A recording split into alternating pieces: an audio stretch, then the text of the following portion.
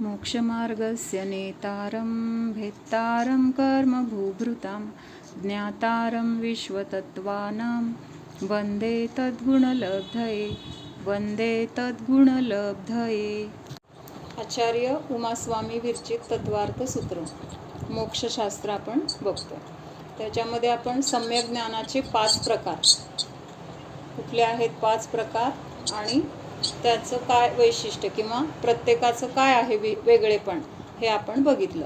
तर मग आता ह्या 5ही ज्ञानांचं रिव्हिजन थोडीशी करूया आपण. मती ज्ञानावरण आणि वीर्यांतराय कर्माचा क्षयोपशम असताना इंद्रिय आणि मनाच्या सहाय्याने जे सामान्य ज्ञान होते तर त्याला काय म्हटलेलं आहे, मती ज्ञान असं म्हटलेलं आहे. म्हणजे मती ज्ञान होण्यासाठी तिथं इंद्रिय आणि मनाची गरज असते. त्याच्यानंतर श्रुतज्ञान कशाला म्हणायचं आहे, तर श्रुतज्ञानावरण आणि वीर्यांतराय कर्माचा क्षयोपशम असताना मतीज्ञानानं जे सामान्य जाणलं होतं तर त्या द्रव्याला विशेष रूपाने जाणते. कसं जाणतं, तर इंद्रिय आणि मनाच्या सहाय्यानेच जाणतं. तर त्या ज्ञानाला काय म्हटलेलं आहे, श्रुतज्ञान असं म्हणलेलं आहे. म्हणजे श्रुतज्ञान कसं आहे, मतीज्ञानपूर्वकच श्रुतज्ञान होते. मतीज्ञानपूर्वक म्हणजे मतीज्ञान झाल्याशिवाय श्रुतज्ञान होऊ शकणार नाही, होत नाही. त्यामुळं श्रुतज्ञानाला काय म्हटलंय, ते मतीज्ञानपूर्वकच होते. म्हणजे मतीज्ञानावर श्रुतज्ञान अवलंबून आहे, कारण मतीज्ञान झाल्याशिवाय श्रुतज्ञान होणार नाही. पण मतीज्ञान कशावर अवलंबून आहे का, नाही. मतीज्ञान होण्यासाठी श्रुतज्ञानाची गरज नाही आहे. अगोदर मतीज्ञान होणार आणि पुढं जाणावं वाटलं तर तिथं काय होणार आहे, श्रुतज्ञान होणार आहे. त्याच्यानंतर आहे अवधिज्ञान. अवधिज्ञान म्हणजे काय, तर अवधिज्ञानावरण आणि वीर्यांतराय कर्माचा क्षयोपशम असताना इंद्रिय आणि मनाचं अवलंबन न घेता तिथं प्रत्यक्ष आत्म्याच्या सहाय्याने जे ज्ञान होते, जे रूपी पदार्थांना जाणते, तर त्या ज्ञानाला काय म्हटलेलं आहे, अवधिज्ञान. मग हे अवधिज्ञान कसं आहे, द्रव्य क्षेत्र काल आणि भाव ह्याच्या मर्यादेने जाणतो. द्रव्य क्षेत्र काल भाव ह्याची मर्यादा म्हणजे काय लक्षात येत नसलं तर थोडंसं बघूया की जेवढं अवधिज्ञान झालेलं आहे, अवधिज्ञान किती झालेलं आहे, साधारण थोडंसं एक 500 किलोमीटरमधलं झालेलं आहे. म्हणजे 500 किलोमीटर मर्यादेमधलं जे जे द्रव्य असतील, कुठलं द्रव्य असणार, पुद्गल द्रव्य. मग तिथं बाकीची पण द्रव्य आहेत, पण बाकीची द्रव्य कशी आहेत, अरूपी आहेत. त्यामुळं तिथं त्या अरूपी म्हणजे आता जीवाला नाही जाणणार, धर्म अधर्म आकाश द्रव्याला नाही जाणलं जाणार, कारण ते अरूपी आहेत. मग रूपी पदार्थ कुठला आहे, तर पुद्गल. मग ह्या 500 किलोमीटरमध्ये जेवढे काही पुद्गल द्रव्य आहेत त्या सर्व पुद्गल द्रव्यांना जाणण्याची शक्ती अवधिज्ञानामध्ये आहे. मग त्याच्यानंतर क्षेत्र काय ना, तर 500 किलोमीटरमधलं जाणणार. त्याच्यानंतर काल काय आहे, तर आता समजा त्या ज्ञानाची कशी शक्ती आहे की बाबा मागचे 1 2 3 भाव जाणले जातील, पुढचे 1 2 3 भाव आणि आत्ताचा वर्तमान भाव, असे एकूण 7 भावांचं ज्ञान होते. कारण तेवढंच ज्ञानाचं काय आहे, लिमिट आहे. म्हणजे 3 भावाच्या मागचं ते नाही जाणू शकणार किंवा 3 भावाच्या पुढचं त्याचं काय पर्याय असेल हे नाही जाणू शकणार. म्हणजे मागचे 3 पुढचे 3 आणि आत्ताचा भाव असं 7 भावाचं ज्ञान त्या 500 किलोमीटरमधल्या म्हणजे जेवढं 500 किलोमीटरचं ज्ञान झालं ना, 500 किलोमीटर मर्यादेतलं, तर त्या मर्यादेमध्ये जे काही जीवद्रव्य आहेत समजा उदाहरणार्थ, तर त्या एका जीवाचं जर जाणायचं तर कुठल्या काळापर्यंत जाणणार, तर मागचे किती काळापर्यंत, साधारण एक 3 भावापर्यंत. पुढचं तेवढंच पुढचं पण जाणार, जेवढं मागचं जाणलं जाते ना तेवढंच पुढचं जाणलं जाणार आणि चालू भाव. म्हणजे असं काय आहे, तर ते कालमर्यादा झाली. आणि त्या ज्ञानाची विशुद्धी किती आहे त्यानुसार ते ज्ञान होतंय. म्हणजे आता विशुद्धी आहे म्हणून अवधिज्ञानाची प्राप्ती झालेली आहे. मग समजा ह्या विशुद्धीमध्ये कमतरता आली, काहीतरी कषायांचं काय झालं, तिथं उदय आला, कषाय झाले जास्त, तर तिथं काय होणार आहे, अवधिज्ञानाची मर्यादा सगळीच कमी होणार आहे. मग आधी किती होती, समजा 500 किलोमीटरमधलं जाणत होते, तर आता त्या कषायांच्या निमित्तामध्ये कषायाचं तिथं काय झालेलं आहे, सद्भाव किंवा उदय झालेला आहे. मग त्यावेळेस तिथं काय होणार आहे, जे 500 किलोमीटरमधलं जाणत होतं त्या ज्ञानाची आता काय झाली, तिथं मर्यादा कमी झाली आणि आता 300 किलोमीटरमधलं जाणणार. लक्षात येते का? मग 300 किलोमीटरमधलं जेवढे काही द्रव्य, कुठलं द्रव्य तर पुद्गल द्रव्य, तर तेवढ्याच द्रव्यांना जाणणार. 300 किलोमीटरच्या बाहेरचे जे 200 किलोमीटर मगाशी आपण बघितलं, तर त्यातलं ते जाणू शकणार नाही. का नाही जाणू शकणार? तर आता तिथं अवधिज्ञानाची विशुद्धी कमी झालेली आहे. त्याच्यानंतर मग काळाचं पण काय झालं? मग अगोदरात मागचे 3, पुढचे 3 आणि आत्ताचं चालू असे 7 भाव जाणले जात होते. तर आता 300 किलोमीटर मर्यादा झाल्यामुळं काय झालं? मागचे 2 भाव, पुढचे 2 भाव आणि आत्ताचा चालू. उदाहरण घेतोय बरं का, असं तुम्ही लावू नका, प्रत्यक्षात आहे असं समजू नका, पण त्या द्रव्य क्षेत्र भावाला समजून घेण्यासाठी आपण असं उदाहरण बघतोय. मग तिथं भावांचं पण आता ज्ञान कमी झालं. का? तर ज्ञानाची विशुद्धी कमी झाली. असं हे सगळं काय आहे? द्रव्य क्षेत्र काल आणि भावाच्या मर्यादेने ते ज्ञान होतं. असं ते काय आहे? अवधिज्ञान आहे. त्याच्यानंतर मनपर्यय ज्ञान. मनपर्यय ज्ञान पण कसं आहे? खूपसं काय आहे तर अवधिज्ञानासारखंच आहे, पण त्याच्यामध्ये एक विशेषता आहे. काय विशेषता आहे? तर आत्तापर्यंत आपण जे बघितलं अवधिज्ञान, तर ते अवधिज्ञान बाहेर तेवढ्या किलोमीटरमध्ये असलेल्या सर्व पुद्गल द्रव्याला जाणत होतं. आता हे मनपर्यय ज्ञान पण कसं आहे? मनपर्यय ज्ञानावरण आणि वीर्यांतराय कर्माच्या क्षयोपशमामध्ये इंद्रिय आणि मनाचं अवलंबन न घेता प्रत्यक्ष आत्मिक शक्तीने मनामध्ये स्थित असलेल्या रूपी पदार्थांना जाणतं. कुणाला जाणतं? म्हणजे मनामध्ये आपण ज्या गोष्टीचा विचार करतोय, आपण बोलायची गरज नाही, सांगायची गरज नाही, पण आपल्या मनामध्ये कुठल्या गोष्टीचे विचार चालू आहेत, तर त्या रूपी पदार्थांना हे मनपर्यय ज्ञान जाणतं. लक्षात येते का? पर्याय ज्ञान. मग आता अवधिज्ञान आणि मनपर्यय ज्ञानामध्ये काय फरक आहे किंवा काय विशेष आहे? तर अवधिज्ञान सामान्यपणे तेवढ्या क्षेत्रामधल्या सर्व पुद्गल द्रव्याला जाणत होतं, पण मनपर्यय ज्ञानाचा विषय काय आहे? तर जे काही मनामध्ये विचार केले जातात त्याच द्रव्यांना तिथं जाणलं जातं किंवा त्याच पुद्गलाला जाणलं जातं. पण कसं जाणलं जातं? अगदी खोल खोल खोल किंवा स्पष्ट स्पष्ट स्पष्ट एक एक एक एक पापुद्रा काढून आपण त्याचं हे करतो की नाही, किंवा विश्लेषण करतो की नाही एखाद्या गोष्टीचं, म्हणजे सखोल विश्लेषणाच्या द्वारे एखादी गोष्ट समजून घेतो. तसं मनपर्यय ज्ञानाच्या द्वारे काय जातं? सूक्ष्म जाणलं जातं. अवधिज्ञानाचा विषय स्थूल आहे आणि मनपर्यय ज्ञानाचा विषय सूक्ष्म आहे. हा फरक काय आहे? ह्या दोन्हीमध्ये आहे. ह्याच्यासाठी उदाहरण आपण काल बघितलं होतं की सामान्य डॉक्टर आहे, जनरल फिजिशियन, म्हणजे तो काय कुठलेही सामान्य पेशंट, सर्वसाधारण पेशंट त्यांच्याकडे गेले की तपासतो, औषध देतो वगैरे. पण त्या औषधाने जर गुण आला नाही तर मग आपण काय करतो की त्या स्पेशालिस्ट डॉक्टरांकडे आपण जातो, किंवा ते डॉक्टर म्हणतात की तुम्ही ह्या स्पेशालिस्टकडे जावा. कान दुखतोय, कानाचं स्पेशालिस्ट. हार्टचा काय प्रॉब्लेम आहे? Heart specialist. किंवा अजून काय मणक्याचा प्रॉब्लेम आहे, तिथं ऑर्थोपेडिक. म्हणजे असं प्रत्येकाचे स्पेशालिस्ट जे आहेत त्यांच्याकडे आपण जातो. म्हणजे त्या भागातले ते काय आहेत तर सखोल ज्ञान झालेले आहेत. त्यामुळं तिथं आपल्याला का नक्की काय झाले हे समजतं किंवा त्याच्यावर योग्य ट्रीटमेंट मिळते, की जी ट्रीटमेंट आपल्याला सामान्य फिजिशियनच्या द्वारे मिळणार नव्हती किंवा त्यांना तेवढं त्याचं सखोल ज्ञान नव्हतं. मग सामान्य फिजिशियन म्हणजे अवधिज्ञान, आणि विशेष म्हणजे जे कोणी स्पेशालिस्ट आहेत तर ते म्हणजे कोण झाले?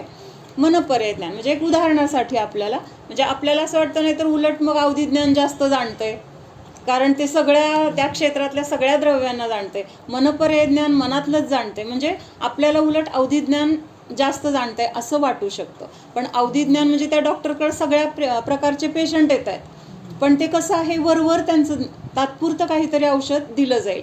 कदाचित रोग वरवरचा असेल तर तिथं बरं पण वाटेल, पण जर नाही बरं वाटलं तर त्या डॉक्टरचा तिथं इलाज चालत नाही. म्हणून मग तिथं आपल्याला पुढं जे स्पेशालिस्ट तिथं कसं आहे तर ते सखोल ज्ञान आहे त्यांना, तर तसं हे मनपर्यय ज्ञान सखोल जाणतं. त्याच्यानंतर आहे केवल ज्ञान. सर्व ज्ञानावरण कर्माचा आणि वीर्यांतराय कर्माचा. आता इथं क्षयोपशम म्हणायचं का? ते कर्म पूर्ण नष्ट झाले, त्यांच्या संयोगातून निघून गेलेलं आहे, म्हणून तिथं काय म्हणायचं? क्षय झालेला असताना जे तिन्ही काळातील तिन्ही लोकातील सर्व द्रव्य, त्यांचे सर्व गुण, त्यांचे सर्व पर्याय एका समयामध्ये म्हणजेच युगपत स्पष्ट प्रत्यक्ष आत्मिक शक्तीने जाणतं, तर त्या ज्ञानाला काय म्हटलेलं आहे? केवल ज्ञान म्हटलेलं आहे. म्हणजे त्या केवल ज्ञानाला कुणाची गरज आहे? इंद्रियाची, शरीराची, मनाची किंवा बाहेरच्या कुठल्या देवशास्त्र गुरूंची कशाची गरज नाही आहे. म्हणजे सगळं जे काही ते ज्ञानावर आवरण होतं ते संपूर्ण आवरण काय झालेलं आहे, नष्ट झालेलं आहे. आता त्या ज्ञानाला झाकण्याची कोणामध्ये शक्ती आहे का बाहेरच्या द्रव्याची, कुठल्या कर्माची? नाही. म्हणजे त्याचं अस्तित्व जसं आहे तसं काय झालेलं आहे, प्रकट झालेलं आहे. म्हणून ते ज्ञान कसं आहे तर अनंत ज्ञान आहे ते. म्हणजे इतकं आहे की आत्ता जेवढे लोक आहेत इथं, म्हणजे लोक म्हणजे ह्या लोकांमध्ये जेवढी द्रव्य आहेत किंवा हे सगळं जे विश्व आत्ता आहे, अशा विश्वासारखे अनंत विश्व अजून वेगळी वेगळी असतील तर ती सगळी विश्वसुद्धा एकाच समयामध्ये जाणण्याची शक्ती ह्या ज्ञानामध्ये आहे. असं तर केवल ज्ञान आपल्यामध्ये पण आहे. हे सगळं जाणून उपयोग काय? केवल ज्ञान असं असतं, मनपर्य ज्ञान असं असतं, हे सगळं आपण जाणलं. फक्त माहिती घ्यायसाठी जाणतोय का आपण? नाही. तर आपल्यासाठी महत्त्वाचं कुठलं आहे किंवा त्या ज्ञानाचं महत्त्व काय आहे, त्या ज्ञानाच्या साहाय्याने मला काय मिळणार आहे, ह्या सगळं समजून घेण्यासाठी आपण हे सगळं ह्यांची विस्ताराने माहिती बघतोय. मग आत्ता आपल्याजवळ काय आहे तर मतिज्ञान आणि श्रुतज्ञान आहे. मग हे जे मतिज्ञान श्रुतज्ञान आहे तर हे जसं आता अवधिज्ञान आणि मनपर्य ज्ञान कशाला जाणतंय? फक्त रूपी पदार्थांना. केवल ज्ञान सर्व लोकातील सर्व द्रव्याला जाणते. पण आत्ता आपल्याजवळ तर हे 3 ज्ञान तर नाही आहेत. आहे काय? मतिज्ञान आणि श्रुतज्ञान. मग हे मतिज्ञान आणि श्रुतज्ञान कसं आहे? ते पण कसं आहे? सर्व जाणते, रूपी आणि अरूपी पदार्थाला. पण कसं जाणतंय? थोडंसं जाणते, अल्प जाणते. म्हणजे केवल ज्ञानामध्ये जी सगळं जाणण्याची शक्ती आहे ती शक्ती नाही आहे ह्याच्यामध्ये. पण जे जाणते तर ते अवधी आणि मनपर्य ज्ञानापेक्षा पण आपल्यासाठी जास्त महत्त्वाचं आहे. कारण ह्या मती आणि श्रुतज्ञानाच्या द्वारे आपण आपल्या आत्म्याला जाणू शकतो. मनपर्य आणि अवधी ज्ञानाद्वारे आत्मा विषय होऊ शकत नाही, कारण आत्मा अरूपी आहे आणि अवधी ज्ञान मनपर्य ज्ञानाचा विषय रूपी पदार्थ आहे. त्यामुळे आपल्याला काय महत्त्वाचं आहे? मतिज्ञान, श्रुतज्ञान, आणि ते आत्ता आपल्याजवळ आहे. त्यामुळं त्याचा उपयोग करून आपल्याला स्वतःच्या आत्म्याला जाणणं किंवा स्वपरभेद विज्ञान करणं हे गरजेचं आहे. म्हणजे आपल्याला ज्ञान खूप असायला पाहिजे असं नाही आहे. ज्ञान आपल्याला थोडं असलं तरी चालतंय, पण ते कसं पाहिजे?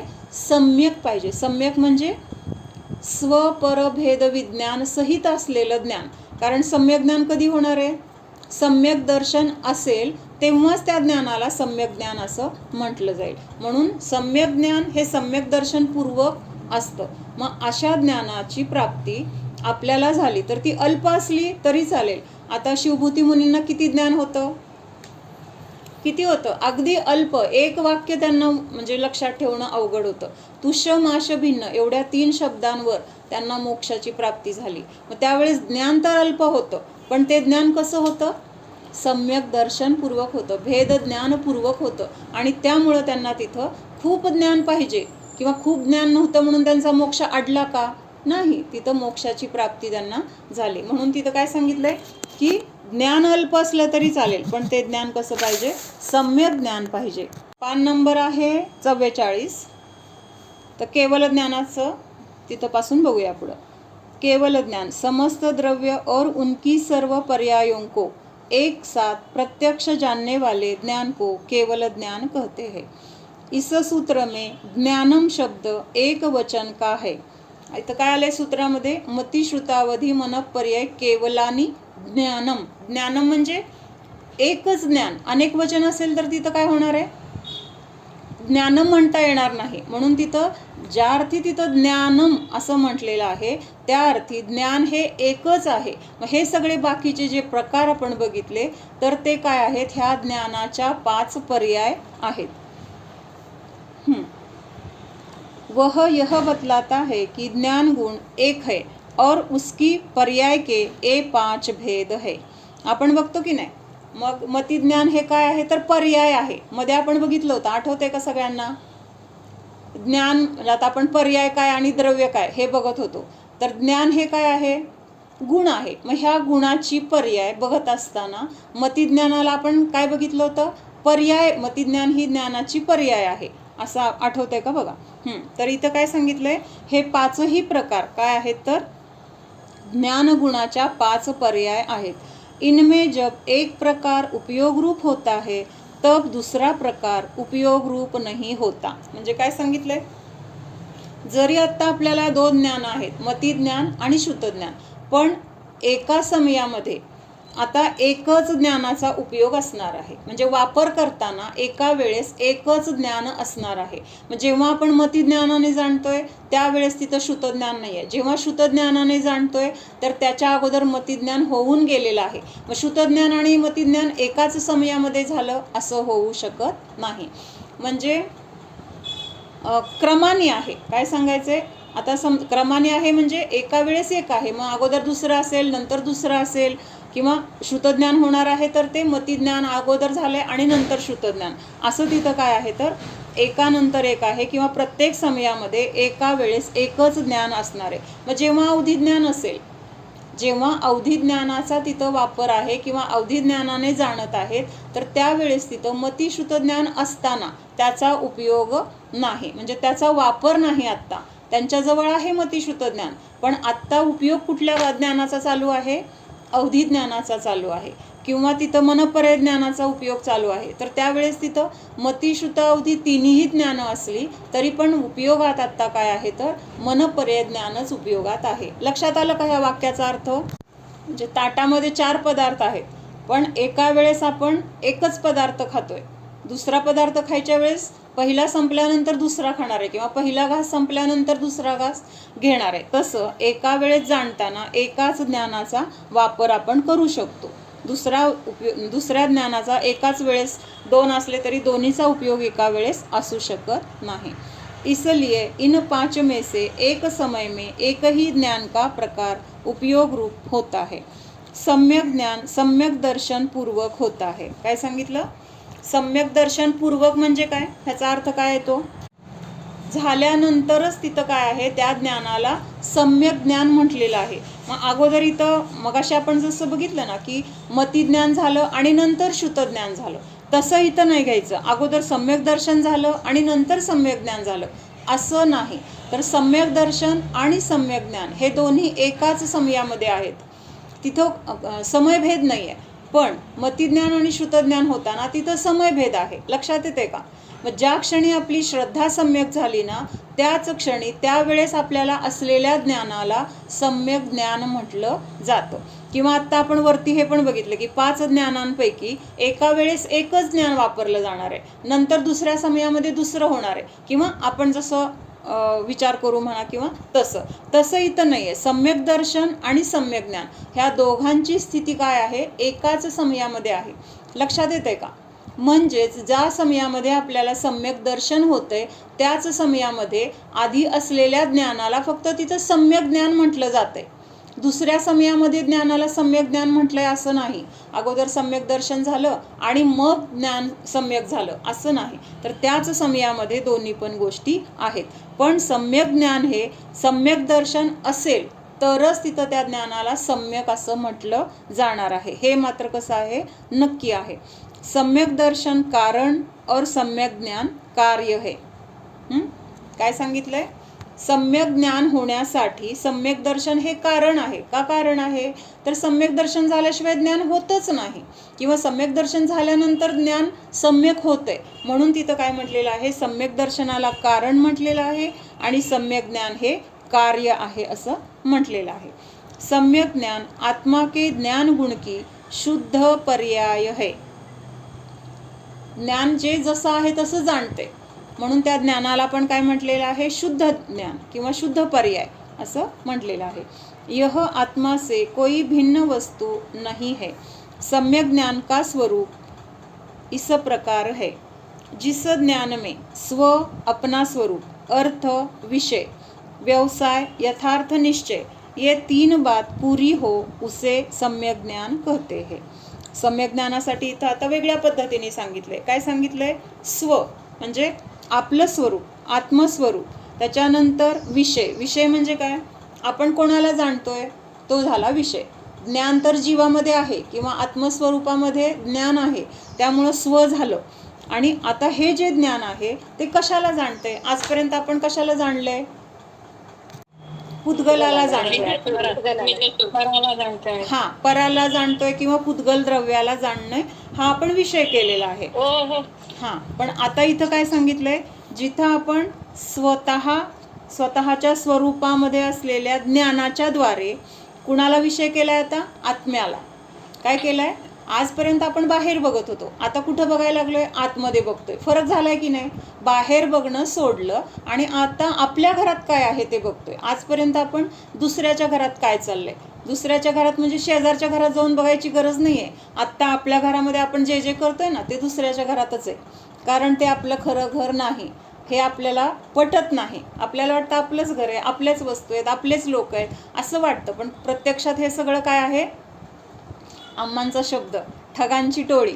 ह्या सगळ्या संसारातल्या आपल्या नातेवाईकांना आपण आपले आपले म्हणतो, पण हे सगळे काय आहेत तर ठगांची टोळी. बाहेरचे नव्हे, आपले जवळचे जे नातेवाईक आहेत ते सगळे एकमेकांसाठी, म्हणजे दुसरे आपल्यासाठी असतील, पण आपण पण दुसऱ्यासाठी कोण आहोत, ठगच आहोत. कारण आपण पण आपल्या स्वार्थासाठी त्यांना एक आपलं मानतोय, ते त्यांच्या स्वार्थासाठी आपल्याला एक आपलं मानतायत. म्हणजे ह्या जोडण्यामागं कारण काय आहे, मध्ये स्वार्थ हे कारण आहे. मग आता आजपर्यंत आपण बाहेर बघत होतो, म्हणजे दुसऱ्याच्या घरामध्ये लुडबुड करत होतो, मला हे करायचंय, मी हे केलं, ह्याच्याशिवाय माझं चालत नाही. म्हणजे असं सगळं काय होतं, आपलं परामध्ये लक्ष होतं किंवा पर हा आपला विषय होता. मग आता इथं सम्यक ज्ञानामध्ये काय सांगितलंय, स्वतःचा आत्माच स्वरूप आपलं आणि त्या स्वरूपामध्ये म्हणजे ज्ञान, आपला आत्मा म्हणजे ज्ञान घ्यायचंय आणि ह्या ज्ञानाच्या द्वारे आपण स्वतःला विषय केलंय. आता जाणायचंय कुणाला, स्वतःला, आत्म्याला, माझ्या जीवाला, माझ्या जीवामध्ये असलेल्या अनंत गुणांना. म्हणजे हा काय झाला, आपला विषय झाला. आणि मग ह्या सगळ्यांबद्दलचं हे माझंच आहे किंवा कसं ह्याचं स्वरूप आहे ह्याच्याबद्दलचा यथार्थ निश्चय. यथार्थ म्हणजे योग्य, जसं आहे तसा. हां, म्हणजे ह्या 3 गोष्टींच्या द्वारे जिथं पूर्णता आहे तर त्या ज्ञानाला काय म्हटलेलं आहे, सम्यक ज्ञान असं म्हटलेलं आहे. 3 गोष्टी लक्षात आल्या. आपलं स्वरूप म्हणजे ज्ञान, त्या ज्ञानाने विषय काय केलाय, आपल्याच आत्म्याला विषय केलाय. आणि ह्यांना काय झालेलं आहे, ह्या म्हणजे आत्मा, ज्ञान किंवा आत्म्याचं स्वरूप ह्याबद्दल तिथं काय झालेलं आहे, पक्का आता त्या ज्ञानामध्ये निर्णय आहे की हे माझं आहे आणि हे माझं नाही. म्हणजे हे ज्ञान आपल्याला तिथं व्यवस्थितपणे झालेलं आहे. मग अशा ज्ञानाला काय म्हटलेलं आहे, सम्यक ज्ञान असं म्हटलेलं आहे. अर्थात जिस ज्ञान में विषय प्रतिबोधक साथ साथ स्वस्वरूप प्रतिभासित हो और वह भी यथार्थ हो तो उस ज्ञान को सम्यक ज्ञान कहते हैं. म्हणजे ज्या ज्ञानामध्ये काय आहे, स्वतःचं स्वरूप जसं आहे तसं भासित होणं, म्हणजे आपल्याला त्याचं भावभासन होणं की स्वतःच्या अस्तित्वाचं तिथं आपल्याला संपूर्णपणे ज्ञान कसं आहे, माझं स्वरूप, मी कोण आहे. तर हे जे ज्ञान आहे तर जसं आहे तसं ज्ञान हो, म्हणजे यथार्थ म्हणजे काय, जसं आहे तसं, तरच त्या ज्ञानाला सम्यक ज्ञान असं म्हटलेलं आहे. आपलं ज्ञान कसं आहे, शरीराला मी मानतोय, घराला आपलं मानतोय, परद्रव्याला सगळं हे माझं माझं मानतोय. मग हे यथार्थ ज्ञान आहे का, आहे का यथार्थ ज्ञान. पराला आपलं मानतोय, हे कसलं ज्ञान आहे, सम्यक ज्ञान आहे की मिथ्या ज्ञान, मिथ्या ज्ञान. म्हणून इथं सांगितलंय की जसं आहे तसं आपल्या स्वतःमध्ये स्वतःबद्दल तसं ज्ञान असणं, तर हेच काय आहे, सम्यक ज्ञान आहे. 9वें सूत्र का सिद्धांत.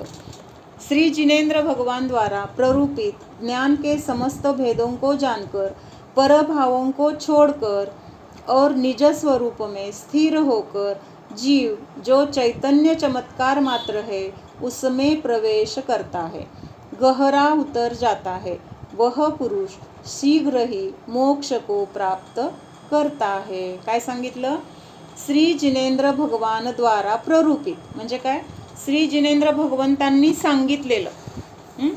म्हणजे विशिष्ट रूपाने त्यांनी काय केलेलं आहे, आपल्याला सांगितलेलं आहे. काय सांगितलं आहे, त्यांच्या ज्ञानामध्ये जे जे झळकलंय तर त्यांनी आपल्याला ते सगळं काय केलेलं आहे, समस्त भेदों को जानकर, परभावों को छोड़कर, निज स्वरूप में स्थिर होकर, म्हणजे असं त्या ज्ञानामध्ये काय सांगितले तर परद्रव्याला जाणा काय त्याचं स्वरूप आहे, परद्रव्याला आपण आपलं मानलं तर त्याचं काय फळ मिळणार आहे, परद्रव्याला पर मानलं, स्वतःला स्व मानलं तर ह्याचं आपल्याला फळ काय मिळणार आहे, हा सगळा विचार करून भावों को छोडकर, आणि आता पराला तर सोडलं, दुसऱ्याच्या घरामध्ये लुडबुड करायची सोडली, दुसऱ्याच्या घरामध्ये जायचं सोडलं, त्यांच्या घरामध्ये जाऊन करता बुद्धीने काय काय केलं करायचं मानलं, तर हे सगळं सोडून काय केले, आता निज स्वरूपामध्ये स्थिर झालो. काय केले, स्वतःच्या घरामध्ये आलो, म्हणजे काय, आपल्या आत्मस्वरूपामध्ये आलो. आणि मग तिथं काय झालं, आपलं वैभव आपल्याला दिसलं, अरे आपल्या घरामध्ये पण एवढं सगळं आहे, आजपर्यंत आपण कधी बघितलंच नाही, हे जर अगोदर बघितलं असतं तर आपल्याला बाहेर जायची गरजच पडली नसती.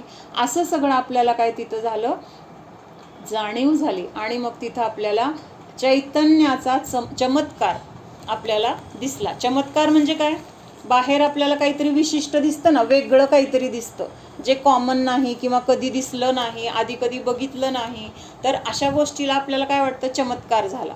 आणि मग त्या चमत्काराला बघायचं, त्या चमत्काराची चर्चा किती केली जाते. कसले चमत्कार आहेत ते, परद्रव्याचे एकतर, दुसरी गोष्ट पुद्गल द्रव्यामध्येच आहेत. बरं तिथं जे जे काही झाले त्याचा आपल्याला काय फायदा आहे, बाहेर एक चमत्कार झाला काहीतरी वेगळं. आता मध्ये आलं होतं ना, गणपतीने दूध पिलं, खरं खोटं हा विषय जाऊ द्या, आपल्याला त्याच्याशी देणं घेणं नाही आहे, पण त्या गोष्टीची किती चर्चा झाली. बरं त्या गणपतीने खरंच दूध पिलं असेल किंवा नसेल, त्यांनी पिलं म्हणून आपल्याला काय फायदा आहे, नाही पिलं म्हणून आपलं काय नुकसान आहे, काय आहे, पण त्याच्याबद्दल किती चर्चा, लोक कितीतरी, आपल्यासारखी लोक पण गेली तिथं बघायला, कसं पितोय, कसं काय होतंय बघायला. म्हणजे किती आपल्याला उत्सुकता, कशाची उत्सुकता आहे, कुठल्या चमत्काराला जाणण्याची आपल्याला इच्छा आहे, पराला, ज्यामुळं माझं स्वतःचा काही फायदा तर नाही, पण मी स्वतःला उलट काय करतोय, तर दुःखाच्या किंवा ह्या संसारामध्येच अडकवण्यासाठी प्रयत्न करतोय. कारण आपण तिथं जाणार म्हणजे सगळ्या चुकीच्या गोष्टीला आपली अनुमोदना, एकतर असं काही नसतं, पण काहीतरी तिथं घडलेलं असतं किंवा काहीतरी सेटिंग असेल, काय असेल, आपल्याला त्याच्याशी देणं घेणं पण नाही आहे, पण त्या गोष्टीला आपल्याला बघण्यामध्ये खूप आपल्याला इंटरेस्ट असतो. त्यावेळेस आपण नक्की काय आहे किंवा त्याचा आपल्याला काय फायदा आहे का, त्याच्यामुळं माझं काय नुकसान होते का, असं काहीच विचार करत नाही. सगळे लोक काय करतात त्यानुसार आपण पण चर्चा करतो किंवा त्या गोष्टीचं आपल्याला महत्त्व वाटतं. पण ह्या सगळ्यापेक्षा महत्त्वाचा चमत्कार कुठं आहे, माझ्यामध्ये आहे. आणि आजपर्यंत आपण त्याला बघितलंच नाही. आपल्याला विशेष काय वाटतं, बाहेर काहीतरी नवीन असलं की विशेष वाटतं. मग आपल्यामध्ये पण बघून आपलं विशेष काय आहे ते बघितलं तर तिथं आपल्याला आनंद, सुख, शांती मिळणार आहे. तिथं कोणी आपल्याला त्रास देणार नाही किंवा आतमध्ये जे आहे त्याचं कधी संपणार नाही. असं सगळं सुख, आनंद, शांती आपल्यामध्ये आहे. आणि हा आपल्यासाठी हाच मोठा चमत्कार आहे किंवा आपल्याला हेच पाहिजे असतं. म्हणून तिथं आपल्याला असा चैतन्य चमत्कार आहे, तर तो पाहायला मिळणार आहे किंवा त्याच्यामध्ये आपला प्रवेश होणार आहे. आणि मग तिथं आतमध्ये गेल्यानंतर तिथं आता पाण्यात पडल्यानंतर वर येतो, पण वर आल्यानंतर परत आपल्याला काय वाटतं, पाण्यात जाऊन तिथं त्या पाण्याचा थंड पाणी किंवा असं एक त्याचा अनुभव घ्यावा. म्हणजे तिथं काय आहे, जेवढं आपण खोल जाणार तेवढं तिथं काय आपल्याला जास्त जास्त जास्त मिळत जाणार. मग तसं आत्मस्वरूपामध्ये जेवढं आपण रमतोय, आतमध्ये खोल तिथं आनंदाची प्राप्ती होते. आणि तिथं आपल्याला काय होतंय, शीघ्रही मोक्ष को प्राप्त करता आहे. आणि अशा प्रकाराने जास्तीत जास्त वेळ आपण आपल्या स्वतःमध्ये राहायला लागलो, स्वतःचा अनुभव करायला लागलो, तर आपल्याला तिथं मोक्षाची प्राप्ती लवकरच होणार आहे. तर असं हे 9वं सूत्र आपण बघितलं. तर ज्ञानाचा विषय ना, सम्यक ज्ञानाचा, मग त्याचे 5 प्रकार बघितले. आता 10व्या सूत्रामध्ये काय सांगतायत, कौनसे ज्ञान प्रमाण है, म्हणजे कुठली ज्ञान प्रमाण आहेत. प्रमाण कशाला म्हटलेलं आहे, जे खरं ज्ञान आहे, जे अखंड ज्ञान आहे, जसं आहे तसं वस्तूच्या स्वरूपाला दाखवणारं आहे, तर त्याला काय म्हटलेलं आहे, प्रमाण ज्ञान म्हटलेलं आहे. किंवा आपण व्यवहारात पण म्हणतो की नाही, तुझा शब्द प्रमाण आहे. प्रमाण म्हणजे काय, विश्वास असतो आपला एक प्रकारचा, त्यांनी तो शब्द उच्चारला आणि आपण त्याच्याप्रमाणे लगेच मानलं त्याला किंवा ती गोष्ट आपण स्वीकारली. तसं ही ज्ञान काय आहेत, तर कुठली ज्ञान प्रमाण आहेत असं त्यांनी प्रश्न विचारला. मग आता 10वं सूत्र आहे, तत्प्रमाणे. काय सांगितलंय, तत्प्रमाणे. तत् म्हणजे काय, जी आत्ता मागच्या सूत्रामध्ये जी ज्ञानं सांगितलेली आहेत तर ती ज्ञानच काय आहेत, प्रमाण आहेत. प्रमाण म्हणजे खरं आहे किंवा जे स्वरूप त्या ज्ञानामध्ये झळकलेलं आहे ते तसंच स्वरूप आहे आणि त्यामुळे त्या ज्ञानाला काय म्हटलेलं आहे तसं जाणलं म्हणून ती ज्ञान प्रमाण आहे असं म्हटलेली आहे. 9वें सूत्र में कहे हुए पांचों ज्ञान ही प्रमाण है, अन्य कोई ज्ञान प्रमाण नहीं है. म्हणजे हे 5 सोडून अजून कुठला वेगळा प्रकार जर काढला तर तो काही प्रमाण नाही. मग अजून कुठले प्रमाण आहे, अजून कुठले ज्ञान आहेत, कुमती, कुश्रुत, कुअवधी हे 3 ज्ञान आहेत की नाही अजून, तर ही ज्ञान काय आहेत, प्रमाण नाहीत. म्हणजे एवढी 5 ज्ञानच काय आहेत, प्रमाण आहेत. प्रमाण के 2 भेद है, प्रत्यक्ष और परोक्ष. आता हे जे प्रमाण ज्ञान आहे कुठले कुठले, हे 5 प्रकारचे मती, श्रुतावधी, मनपर्यय, केवल ज्ञान, हे 5 जे प्रकार आहेत तर त्या 5 प्रकारामध्ये पण परत 2 प्रकार होणार आहेत. काही ज्ञान प्रत्यक्ष आहेत, काही परोक्ष आहेत. यह ध्यान रहे कि इंद्रियों और पदार्थों के संबंध, सन्निकर्ष ये कोई प्रमाण नहीं है. म्हणजे आता वर सांगितलं ना त्यांनी, ह्या 5 ज्ञानांना सोडून बाकीचं कुठलंही ज्ञान प्रमाण नाही. मग आपण आता मध्ये बघितलं होतं की आपल्याला जर ज्ञान होणार असेल तर तिथं एकतर समोर इंद्रिया पाहिजेत किंवा प्रकाश पाहिजे. इंद्रिय, वस्तू, प्रकाश अशा बाहेरच्या गोष्टी असतील तरच आपल्याला ज्ञानाची प्राप्ती होणार असं तिथं काय आहे, अन्यमतवादींनी सांगितलंय. काय सांगितलंय, इंद्रिया अथवा इंद्रियों और पदार्थों के संबंध ये कोई प्रमाण नहीं है. म्हणजे जर आपल्याला समोर वस्तू आहे किंवा प्रकाश आहे तरच ज्ञान होणार, तर असं कुठलंही ज्ञान नाही किंवा असं मानणाऱ्यांचं ज्ञान खरं ज्ञान नाही. अर्थात न तो इंद्रियों से ज्ञान होता है और न इंद्रिया और पदार्थों के संबंध से ज्ञान होता है. म्हणजेच काय, समजा फक्त इंद्रिया तर सगळं आहे पण त्या शरीरातून जीव निघून गेला. सगळी इंद्रिय कशी आहेत, चांगली होती, डोळे चांगले होते, कान चांगले होते, सगळं काही तिथं अवयव सगळे चांगले होते. मग आता त्या शरीरातून जीव निघून गेलाय, आता त्या 5 इंद्रिय आहेत म्हणून तिथं ज्ञान होणार आहे का. सुगंधी तिथं काहीतरी ठेवलं, काय उदबत्ती म्हणा किंवा अजून दुसरं काहीतरी फुलं आणून ठेवली तर त्या फुलांचा वास त्याला येणार आहे का. त्याला आपण हाक मारली, त्याला ऐकू येणार आहे का. त्याला सुई टोचवली, त्याला दुखणार आहे का, काहीच नाही. मग आता इंद्रिया तर आहेत, त्यांचं म्हणणं काय आहे, इंद्रियाशिवाय ज्ञान होणार नाही. म्हणजे ज्ञान होण्यासाठी इंद्रियांची गरज असतेच, इंद्रिया नसतील तर ज्ञान होणार नाही. मग सिद्धांना कसं ज्ञान होतं, आपण मध्ये ही चर्चा केली होती. सिद्ध भगवंतांना कुठलं इंद्रिय आहे, कुठलं शरीर आहे, नाहीच आहे. शरीर नाही, इंद्रिय नाही, तरी त्यांचं ज्ञान कसं आहे, उलट आपल्यापेक्षा उत्कृष्ट आहे. आपल्याला सगळी इंद्रिय असून सुद्धा अल्पज्ञान आहे आणि त्यांना इंद्रिय शरीर नसताना सुद्धा पूर्ण ज्ञानाचा विकास झालेला आहे. म्हणून इंद्रियाने ज्ञान होतं असं ते लोक म्हणतात, तर ते काय आहे, चुकीचं आहे.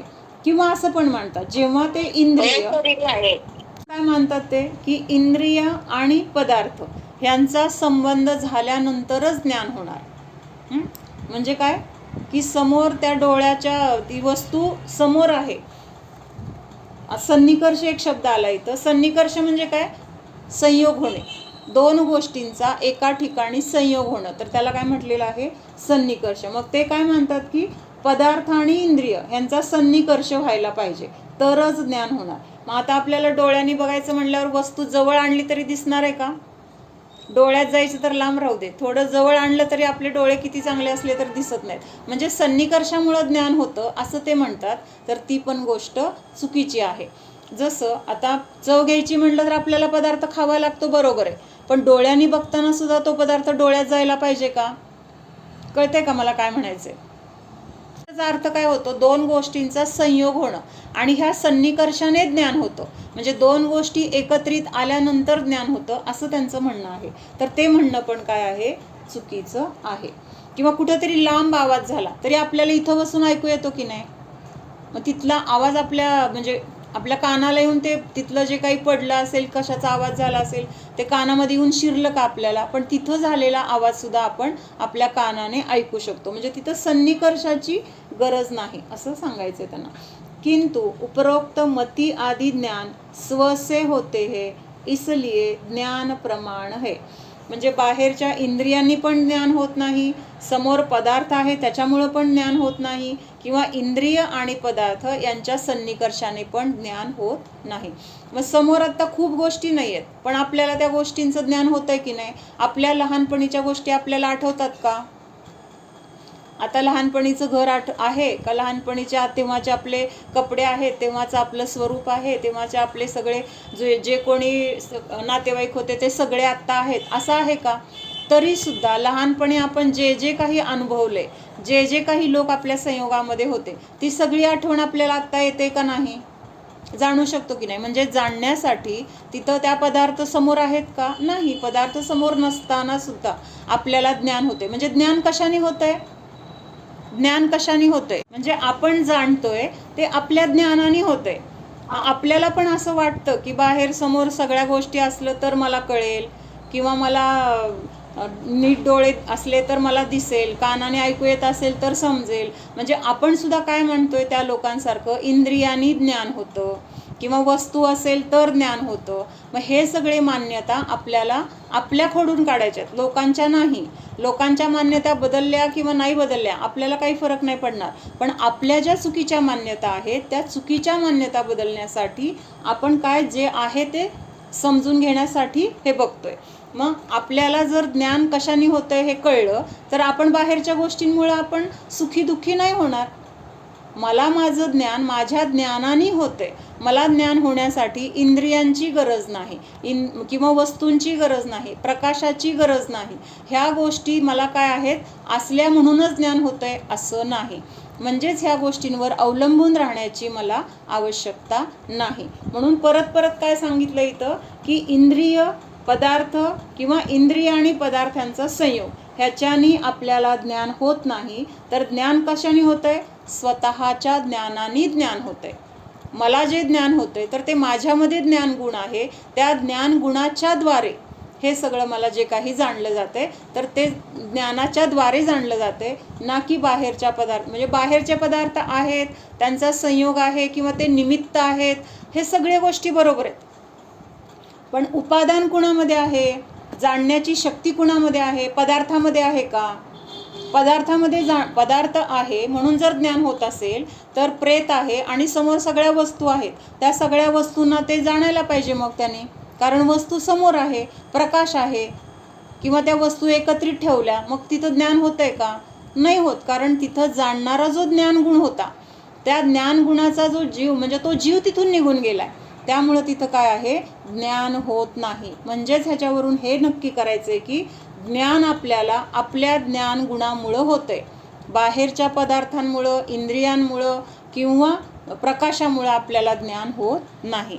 समजलं म्हणल्यानंतर आपल्यामध्ये आपल्याला हा बदल करता आला पाहिजे की ह्या इंद्रियांची मला गरज आहे का? मग ह्या इंद्रियांवर आपण म्हणजे असताना आपण काळजी घेणं किंवा आपण जे काही करायचे ते करणं हे उपचाराने करावं लागणार आहे, कारण संयोगात आहे म्हणल्यानंतर त्याचं जे काही आहे ते आपण करणार पण आहोत.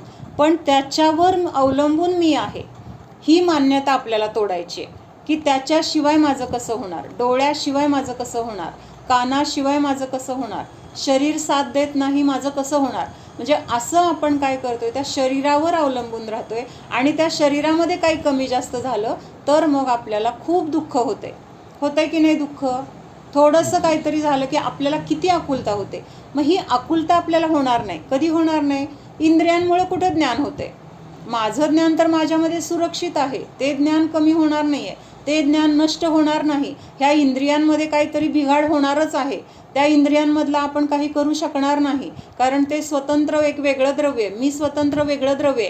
ही सगळी आपल्या काय आहेत, आपल्याला हे ज्ञान झाल्यानंतर आपल्याला तिथं त्याची अपेक्षा राहणार नाही, किंवा त्याच्यामध्ये काही कमी जास्त झालं तरी आपल्याला तिथं आकुलता दुःख होणार नाही. म्हणजे मला लहानपणी असं वाटायचं बरं का, मी असं एक व्यक्ती बघितली होती पहिल्यांदा, तर ती काय आहे जन्मताच मुकी बहिरी, किंवा आता अशा असतात ना मुके बहिरे शाळा वगैरे आपण बघतो, जन्मताच मुके बहिरे आहेत म्हणजे त्यांना बोलता तर येत नाही, आपल्याला काय पाहिजे सांगता येत नाही, पण कमीत कमी ऐकल्यानंतर खुणेने तरी सांगू शकतील ते. तर ते ऐकायला पण येत नाही. पण ठीक आहे, डोळ्याच्या द्वारे बघून तरी ते काय करतायत, काय हाताने घेऊ शकतील किंवा तिथं हाताने सांगू शकतील मला हे पाहिजे वगैरे, असं म्हणजे असं कमीत कमी तिथं डोळे तरी आहेत. पुन्हा काय झालं, ते डोळे पण गेले. आता काय झालंय, तिथं ना डोळे आहेत, ना कान आहे, ना बोलता येते. आता त्या अशा व्यक्तींकडे बघितलं ना, अशी पोटात मला भीती वाटायची. ह्यांना काय पाहिजे कोण देणार, कारण ह्यांना स्वतःला सांगता येत नाही, डोळ्यांनी कुठं बघून चालायचं म्हणजे स्वावलंबन पण नाही आहे. समजा आता कुठं बाथरूमला जायचंय, कसं सांगणार, कळतंय का मला काय म्हणायचंय. माझं हे झालं, आपण आता ही पळवाट झाली. पण ज्याला जर हे ठीक आहे, तू म्हणती 6वं इंद्रिय आहे, पण अंतरंगातून त्या व्यक्तीला त्या 6व्या इंद्रियाच्या द्वारे सगळं पाहिजे ते मिळणार आहे का, जे आपण करू शकतो, स्वावलंबनाने करू शकतो म्हणा, किंवा अजून आपल्याला पाहिजे ते आपण सांगू शकतो किंवा काय प्रतिकार करू शकतो. तसं त्या व्यक्तीने कसं करायचं, असं मला लहानपणी वाटायचं की बापरे, त्यांचं कसं होणार, त्यांना भूक लागली त्यांनी कसं सांगायचं, किंवा हाताने जरी डोळे असते तर हाताने जाऊन घेता आलं असतं, आता ते कसं घेणार. म्हणजे असं एक मनामध्ये काय व्हायचं, एक अशी पोटातून भीती वाटायची.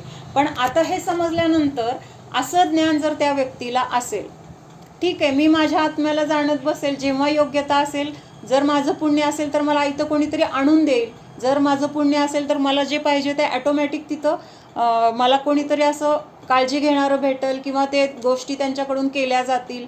मग हे सगळं आपल्याला ज्ञानामुळं स्थिरता येते. कळतंय का कशासाठी बघतोय आपण हे, की बाबा ह्या इंद्रियावर माझं काही अवलंबून नाही, माझा ज्ञानगुण सुरक्षित आहे, किंवा जाणणं हे माझं काम आहे. खाणं पिणं किंवा ह्या शरीराचं जे काही वेदना विदना, जे काही गरजा, हे सगळं ह्या शरीराचं जसं असेल तसं होईल, माझ्या हातात तर काही नाही. आणि ह्या विचाराने, ह्या ज्ञानाने आपल्याला तिथं स्थिरता येते, किंवा आकुलता जी ज्ञान नसताना होत होती तर ती आकुलता आता होणार नाही. म्हणजे ही असं एक मला वाटायचं ते बघून.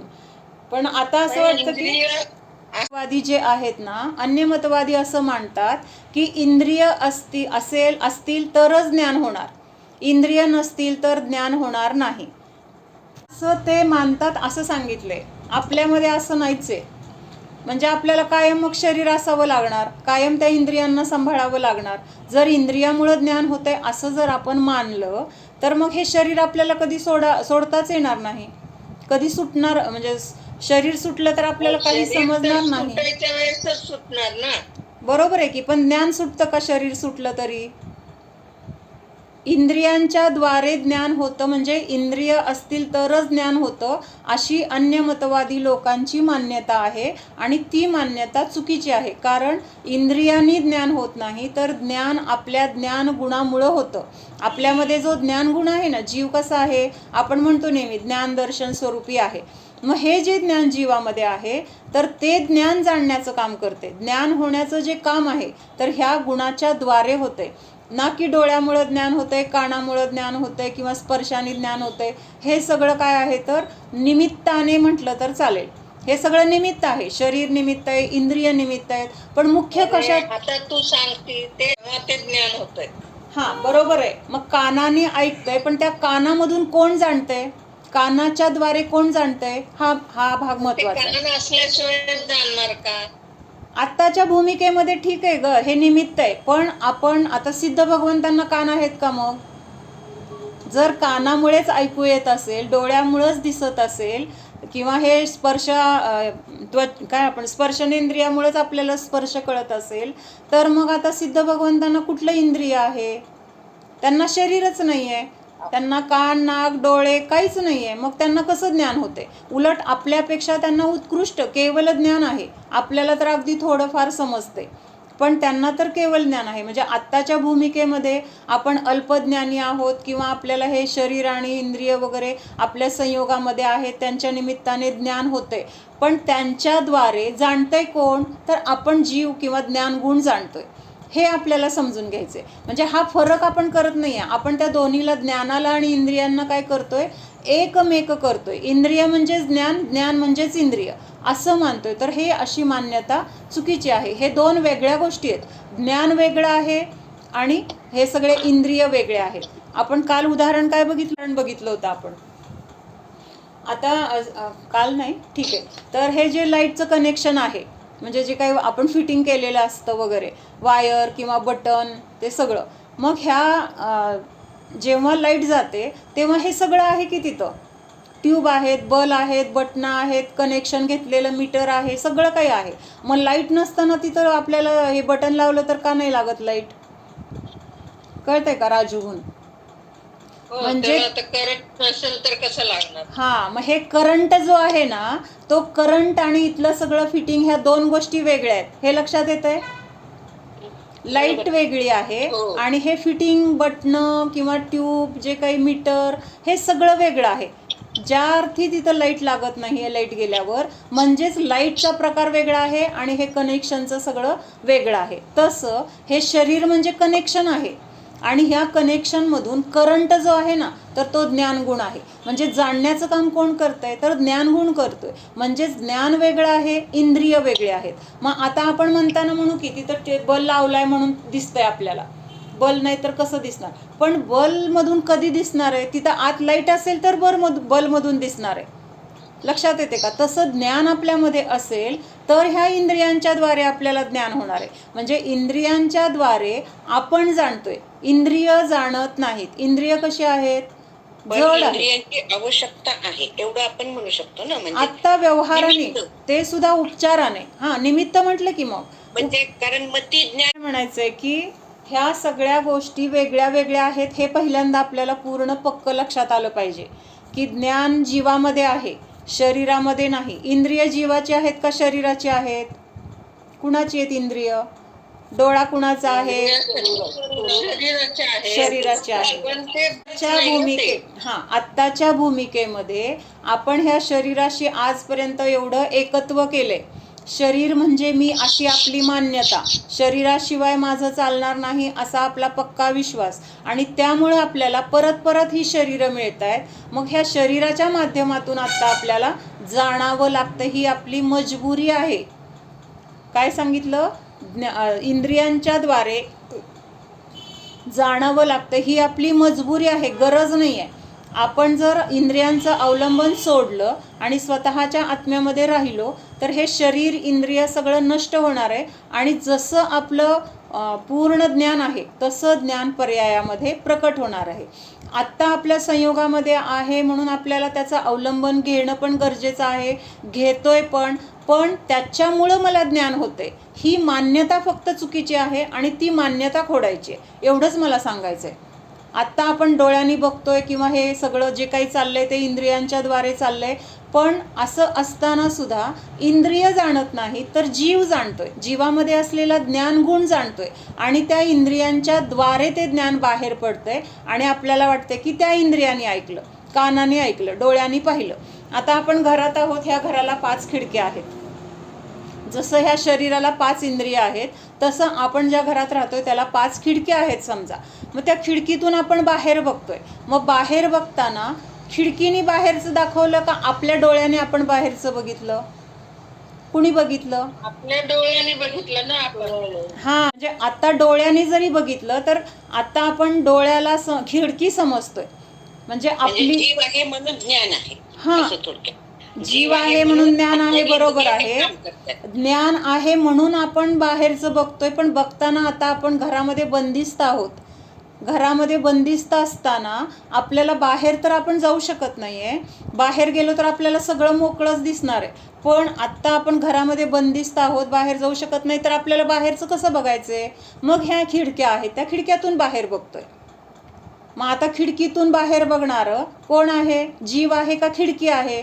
म्हणजे आता इथं जी खिडकी आहे त्या खिडकीने जाणलं का बाहेर काय काय आहे ते? कुणी जाणलं? आपण जाणलं की नाही? जीवानी जाणलं. तसं ह्या शरीरामध्ये जो जीव आहे ना, त्या शरीराला म्हणजे समजा घर समजायचे. हे शरीर म्हणजे काय आहे? घर आहे. जसं आत्ता आपण बाहेर बघितलं, ह्या घरात आपण बंदिस्त आहोत, तसं ह्या शरीरामध्ये आपण बंदिस्त आहोत.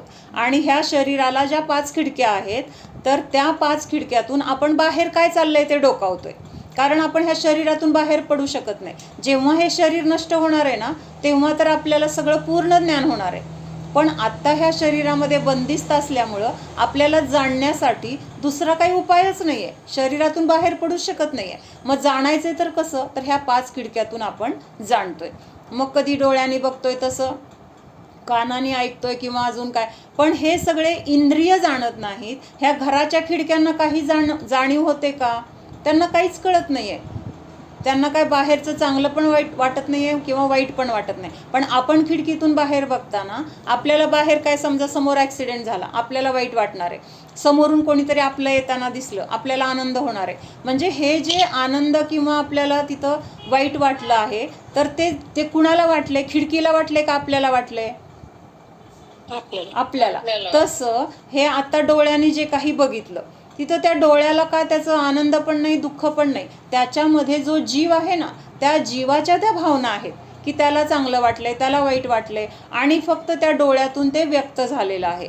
म्हणजे ही खिडकी आहे, ह्या खिडकीच्या द्वारे तिथं काय झालेलं आहे, आपण बघितलेलं आहे. डोळ्याच्या द्वारे म्हणजे ह्या खिडकीच्या द्वारे, एक खिडकी आहे डोळा म्हणजे, कान म्हणजे एक खिडकी आहे, नाक म्हणजे एक खिडकी आहे, जीभ किंवा आपलं रसनेंद्रिय म्हणजे एक खिडकी आहे. अशा ह्या सगळ्या खिडक्यांच्या द्वारे आपला ज्ञानगुण जाणतोय. तोपर्यंत आपण मोक्षाला जात नाही, तोपर्यंत हे शरीर, ही इंद्रिय आपल्या सोबत असणार आहे. त्या इंद्रियांच्या द्वारेच आपण जाणणार आहे. म्हणजे आपल्या स्वतःला आपण ह्या शरीरामध्ये कैद केलेलं आहे, आणि ही कैद जोपर्यंत सुटत नाही तोपर्यंत आपल्याला ह्या इंद्रियांच्या द्वारे जाणणं गरजेचं आहे. मग हे जे जाणतोय ते जीव जाणतोय, ते इंद्रिय जाणत नाहीत. एवढं आपल्याला फक्त काय करायचंय, भेदविज्ञान करायचं. ह्यालाच भेदविज्ञान म्हटलेलं आहे.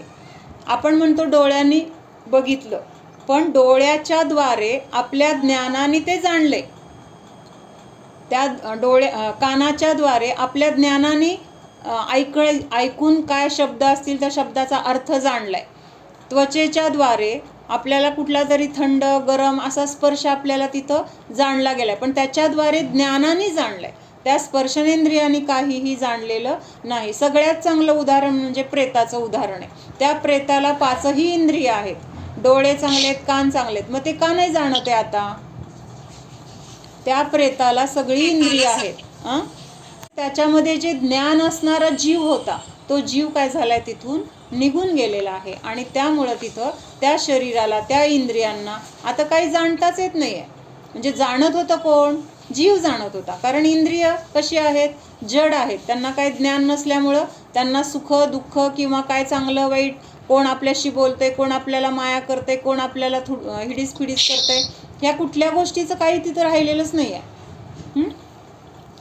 तर असं हे ज्ञान आणि आपलं हे जे काही प्राप्त संयोग आहे, तर त्या संयोगापासून, त्या शरीरापासून, त्या इंद्रियापासून एकतर वेगळं आहे. पहिल्यांदा काय, भेदज्ञान, आणि दुसरं त्याच्यानंतर ह्याच्यावर मी अवलंबून नाही.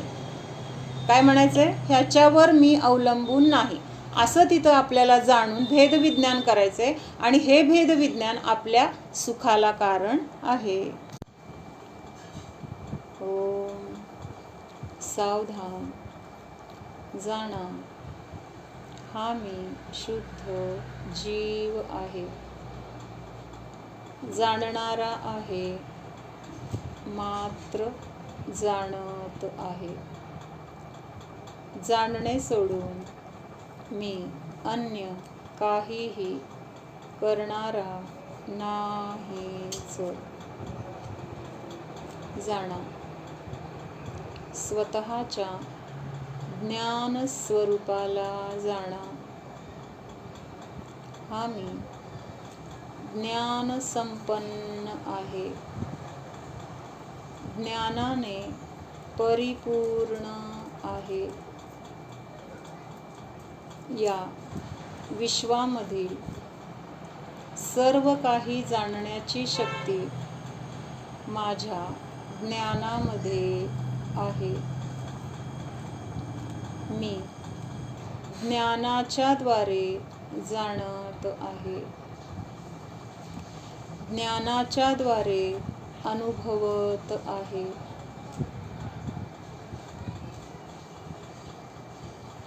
स्पर्शनेंद्रिय, रसनेंद्रिय, घ्राणेंद्रिय, चक्षुरेंद्रिय, कर्णेंद्रिय हे तर जड आहेत.